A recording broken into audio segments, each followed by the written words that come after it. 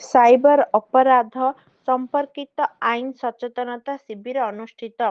ଗୁଡ୍ଡାରୀ ସରକାରୀ ଉଚ୍ଚ ବିଦ୍ୟାଳୟ ଖେଳପଡ଼ିଆଠାରେ ସାଇବର ଅପରାଧ ସମ୍ପର୍କିତ ଆଇନ ସଚେତନତା ଶିବିର ଅନୁଷ୍ଠିତ ହୋଇଯାଇଛି। ଗୁଡ୍ଡାରୀ ପୋଲିସ ଥାନା ପକ୍ଷରୁ ଆୟୋଜିତ କାର୍ଯ୍ୟକ୍ରମରେ ଥାନା ଅଧିକାରୀ ସମର୍ପିତା ସ୍ୱାଇଁଙ୍କ ତତ୍ତ୍ୱାବଧାନରେ ଆୟୋଜିତ କରାଯାଇଥିଲା।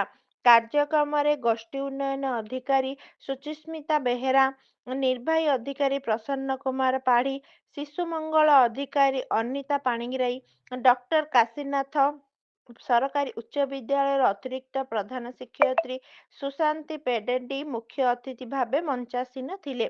ସାଇବର ଅପରାଧର ନୂଆ ନୂଆ ଶୈଳୀ ଉପଯୋଗ କରି ଅପରାଧୀ କିପରି ଲୋକଙ୍କୁ ଠକୁଛନ୍ତି ସେ ସମ୍ପର୍କରେ ସତର୍କତା ଅବଲମ୍ବନ କରିବାକୁ ମୁଖ୍ୟ ଅତିଥିମାନେ ଉପସ୍ଥିତ ଛାତ୍ରଛାତ୍ରୀଙ୍କୁ ପରାମର୍ଶ ଦେଇଥିଲେ।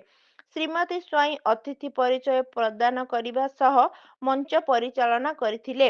ଏହି ସଚେତନତା ସଭାରେ ବିଭିନ୍ନ ସ୍କୁଲରୁ ଆସିଥିବା ଛାତ୍ରଛାତ୍ରୀ ଓ ଶିକ୍ଷକମାନେ ଉପସ୍ଥିତ ଥିଲେ। ମୁଖ୍ୟ ବକ୍ତା ଭାବେ ସାଇବର ନିରୀକ୍ଷକ ଅବିନାଶ ରେଡ୍ଡି ଉପସ୍ଥିତ ଥିଲେ।